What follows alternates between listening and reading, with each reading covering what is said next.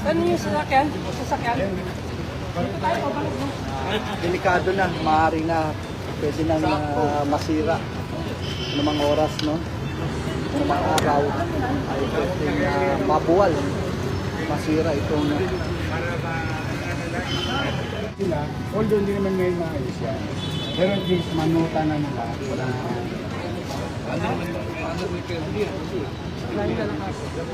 Either way. Kasi natin, Gandang umaga, Yorme.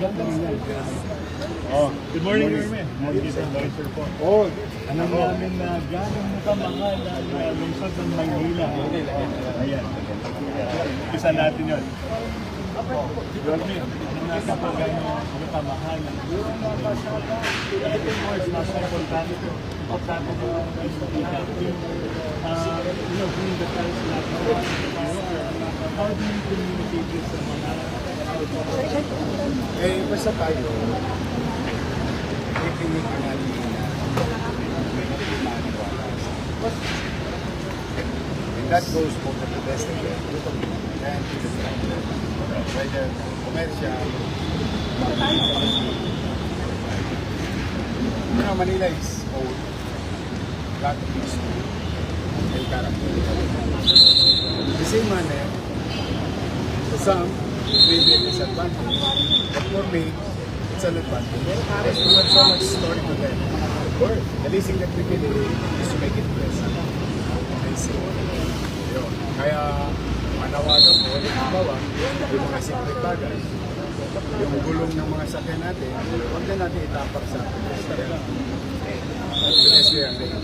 Ano lang yan konting, hindi naman lalayo pag nakalaman ka ng kaunti. Diba ba? We could keep our pedestrian feel safe. Kaya lahat ng kalsada, lahat ng bagay, hanggat kaya namin i-open na to bring up the roads. So, tingnan mo yung recto. Maluwag, malinis, uninterrupted, undisturbed. Pero para naman paglingon naman natin sa mga mahirap natin kababayan na nagtitinda, magmula sila sa ilaya, natin planas. Tapos, may request ako, kailangan kasi the same thing with Caliedo. Non-negotiable Caliedo, pero sa Villalobos, Hidalgo, Pamilisa, pero Plaza Miranda, so, it's a semantics mo. This is give and take. Do your thing. Huwag kang mga pinili. Huwag kang mga nagyado. And I'll do my thing to keep it as a matter of care for the general. So, kaya, welcome kayo sa Maynila. Kaya lang yung mga muffler, ha? Ibang topic yun. bawal na yan. Hindi, nakawawa naman kasi ako sa natutulog na sa wala. Kawawa rin yung mga matatanda. But anyway, we will not be perfect even our organization. But rest assured, send us things like this.